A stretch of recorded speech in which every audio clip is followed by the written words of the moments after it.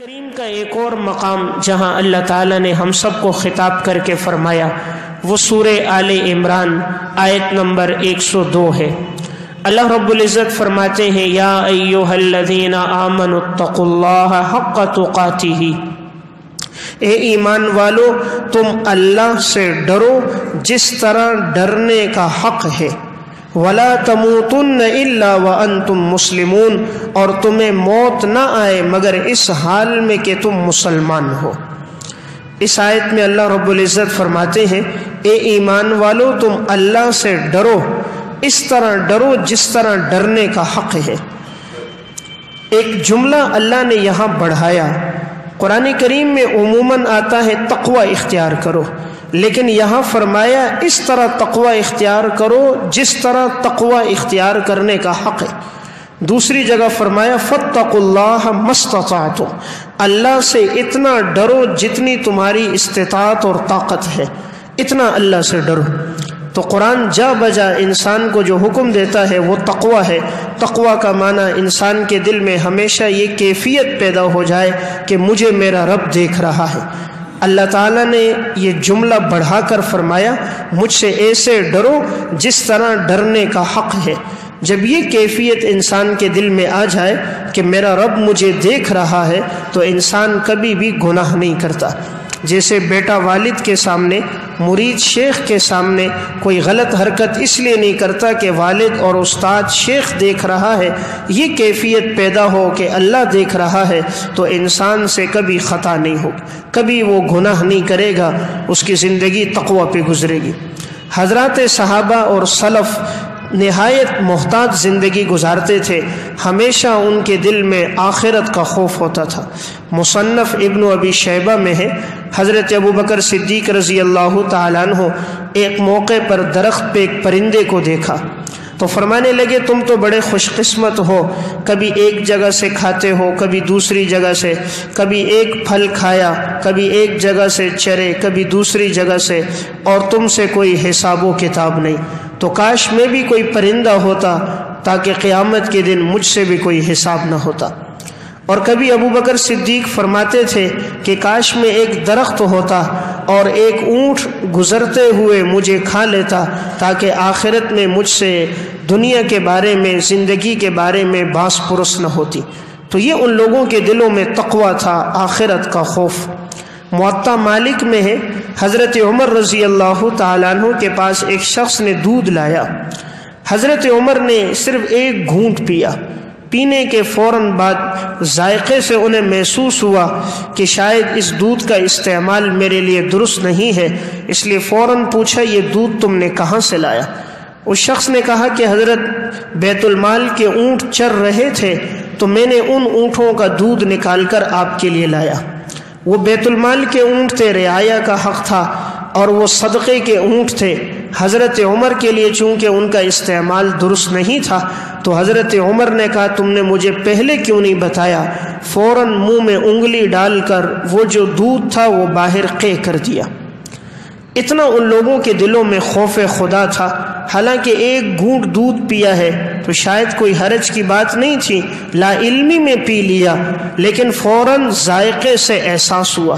جب زندگی حلال پہ گزرتی ہے، تقوی پہ گزرتی ہے، تو پھر انسان کی زبان اور انسان کا معدہ حرام کو قبول نہیں کرتا۔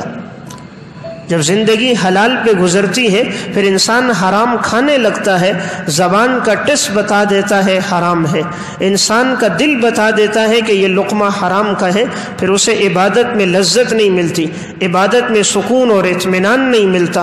ایک گھونٹ دودھ پینے سے احساس ہوا اور فوراً قے کر دیا۔ حضرت مولانا مظفر حسین کاندیلوی رحمۃ اللہ علیہ ساری زندگی حلال پہ چلے تھے، اس لیے کبھی ایک لقمہ مشتبہ اگر منہ میں ڈال دیتے فوراً پتہ چل جاتا تو یہ لقمہ ان کے حلق سے نیچے نہیں اترتا تھا، فوراً باہر قے کر دیتے تھے۔ تو زندگی تقوی میں گزرتی تھی۔ تو یہاں اللہ ہم سب کو حکم یہ دے رہے اے ایمان والو اتقوا اللہ حق تقاتہ، اللہ سے اس طرح ڈرو جس طرح ڈرنے کا حق ہے۔ طبقات الحنابلہ میں واقعہ ہے، امام احمد ابن حنبل رحمۃ اللہ علیہ بیٹھے تھے، ان کے صاحبزادے عبداللہ فرماتے ہیں کہ ایک خاتون پردے میں آئی اور کہا میں نے امام احمد سے مسئلہ پوچھنا ہے۔ امام احمد رحمۃ اللہ علیہ ایک طرف تھے، درمیان میں پردہ تھا، یہ خاتون مسئلہ پوچھنے لگی۔ مسئلہ یہ تھا کہ کہا کہ میں دیے کی روشنی میں اپنی روئی کو الگ الگ کرتی ہوں اور کبھی میرا دیا بجھ جاتا ہے تو پھر میں چاند کی روشنی میں اپنی روئی کو صاف کرتی ہوں اور پھر میں یہ روئی فروخت کرتی ہوں، تو کیا روئی بیچتے وقت مجھے یہ بتانا ضروری ہے کہ یہ وہ روئی ہے کہ جس کی صفائی دیے کی روشنی میں ہوئی، یہ وہ روئی ہے کہ جس کی صفائی چاند کی روشنی میں ہوئی؟ کیا بیچتے وقت اس بات کی وضاحت ضروری ہے؟ امام احمد رحمۃ اللہ علیہ نے پوچھا کیا دیے کی روشنی کی روئی میں اور چاند کی روشنی کی روئی میں کوئی فرق ہوتا ہے؟ تو انہوں نے کہا زیادہ تو نہیں، معمولی فرق ہوتا ہے۔ دیے کی روشنی زیادہ واضح ہوتی ہے تو صفائی اچھی ہوتی ہے، چاند کی روشنی میں اتنی وضاحت نہیں ہوتی، صحیح نظر نہیں آتا تو صفائی کچھ کم ہوتی ہے۔ تو امام احمد نے فرمایا جب تھوڑا بہت فرق آ رہا ہے تو تم بیچتے وقت یہ وضاحت ضرور کیا کرو کہ یہ چاند کی روشنی میں صاف کی ہوئی روئی ہے اور یہ دیے کی روشنی۔ امام احمد نے خاتون کو مسئلہ بتایا، خاتون نے مسئلہ سنا، اٹھ کے چلی گئی۔ امام احمد نے اپنے بیٹے سے کہا عبداللہ تم اس خاتون کے پیچھے جاؤ، دیکھو یہ کس گھر میں جاتی ہے۔ میری زندگی گزر گئی، میں نے آج تک کسی کو اتنی احتیاط پر مبنی سوال کرتے ہوئے نہیں دیکھا۔ تم دیکھو یہ خاتون کس گھرانے کی ہے، اس کی تربیت کس گھرانے میں ہوئی، اس کے والدین کون ہیں، اس کے رشتہ دار عزیز و اقارب کون ہیں کہ جس نے اس کی زندگی میں اللہ کا اتنا ڈر ڈالا، جس نے اس کے دل میں خوف خدا کو اتنا پیدا کیا۔ دیکھو یہ نیک بخت خاتون کون ہے۔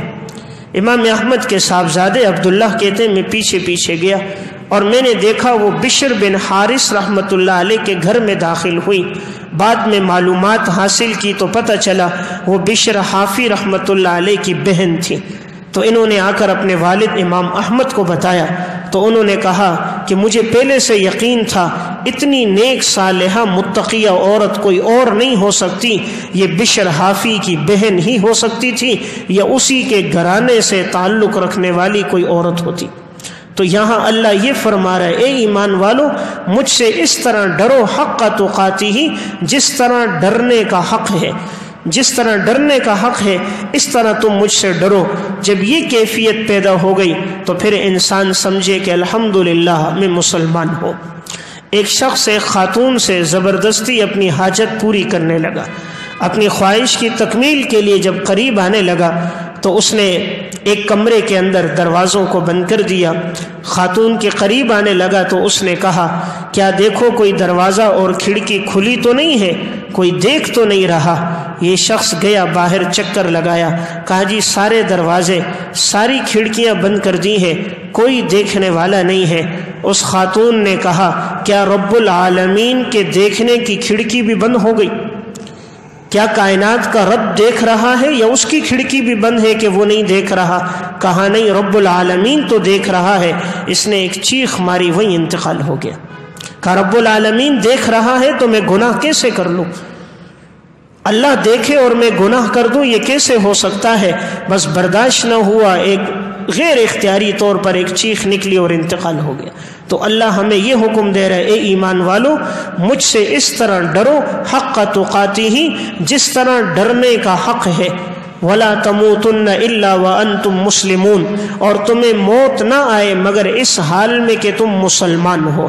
اللہ تعالیٰ فرماتے تمہیں اسلام پر موت آنی چاہیے۔ اب یہاں ایک سوال ہوتا ہے، موت آنا تو اختیاری چیز نہیں ہے۔ اب انسان کو اللہ حکم دے رہے تمہیں اسلام پر موت آئے، یہ تو ہمارے اختیار میں نہیں، ہدایت تو اللہ کے اختیار میں ہے۔ تو ہو سکتا ہے انسان کی موت کفر پر آ جائے، تو اللہ ہمیں کیسے حکم دے رہا ہے تمہیں اسلام پر موت آنی چاہیے، تمہارا خاتمہ ایمان پر ہونا چاہیے۔ مفسرین نے لکھا ہے کہ جب انسان زندگی ایمان پہ گزارتا ہے تو اللہ اسے موت بھی ایمان کی دیتا ہے۔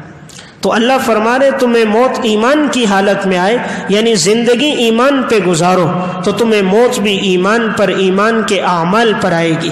اس لیے جس طرح انسان زندگی گزارتا ہے ویسی اسے موت آتی ہے۔ زندگی گناہوں میں، فسق و فجور میں گزرے گی، موت کے وقت وہی حالت ہوگی۔ انسان جس کاروبار میں، جس کام کاج میں اپنی زندگی گزارتا ہے، موت کے وقت وہی بات اس کے سامنے ہوتی ہے۔ علامہ ابن قیم رحمۃ اللہ علیہ کی کتاب الوابل الصیب، اس میں انہوں نے ذکر کیا ایک شخص زندگی بھر شراب پیتا تھا، زندگی اس میں گزری، جب موت کا وقت آیا تو کہنے لگا تم بھی پیو مجھے بھی پلاؤ، تم بھی پیو مجھے بھی پلاؤ۔ یہ کہتے کہتے دنیا سے چلا گیا۔ اس کے سامنے کلمہ پڑھا جا رہا تھا لیکن اسے پڑھنے کی توفیق نہ ہوئی۔ ابن قیم رحمۃ اللہ علیہ لکھتے ہیں ایک شخص سامان بیچتا تھا، زندگی بھر معمول تھا یہی صدا لگاتا تھا 10 درہم میں لے لو، 10 میں لے لو، 10 میں لے لو، زندگی بھر یہی صدا لگائی، کبھی تلاوت زبان پہ نہ آئی، کبھی دین سے تعلق نہ ہوا۔ موت کے وقت کلمہ پڑھ رہے تھے، زبان پہ کلمہ نہیں آتا تھا، یہی کہتا تھا 10 کی لے لو، 10 درہم میں لے لو، 10 درہم میں لے لو۔ تو جیسی انسان زندگی گزارے گا ویسی اسے موت آئے گی۔ تو اللہ فرما رہے تمہیں موت ایمان پر آئے، اور یہ تب ہوگا جب انسان کی زندگی ایمان پر گزرے گی۔ امام ابو بکر بن عیاش رحمۃ اللہ علیہ ساری زندگی تلاوت کرتے ہوئے گزری۔ شرح صحیح مسلم میں ہے روزانہ ایک قرآن کریم تلاوت کرتے تھے۔ 30 سال سے معمول تھا روزانہ ہر دن اس کمرے میں ایک قرآن پڑھتے تھے۔ اس لیے جب ان کی بیٹی نے کہا معلوم نہیں آپ کے ساتھ آخرت میں کیا ہوگا، فرمایا پریشان نہ ہو، امید ہے اللہ تمہارے والد پہ رحم کرے گا۔ چنانچہ آخری وقت میں بھی تلاوت کرتے کرتے دنیا سے چلے گئے۔ تو زندگی گزری تھی ایمان پر، تقوی پر، تلاوت پر، تو موت کے وقت بھی ان کی یہی حالت رہی۔ تو اس آیت کا خلاصہ یہ ہے اللہ ہمیں حکم دے رہے مجھ سے اس طرح ڈرو جس طرح ڈرنے کا حق ہے، اور تمہیں موت ایمان کی حالت پہ آنی چاہیے۔ ایک اور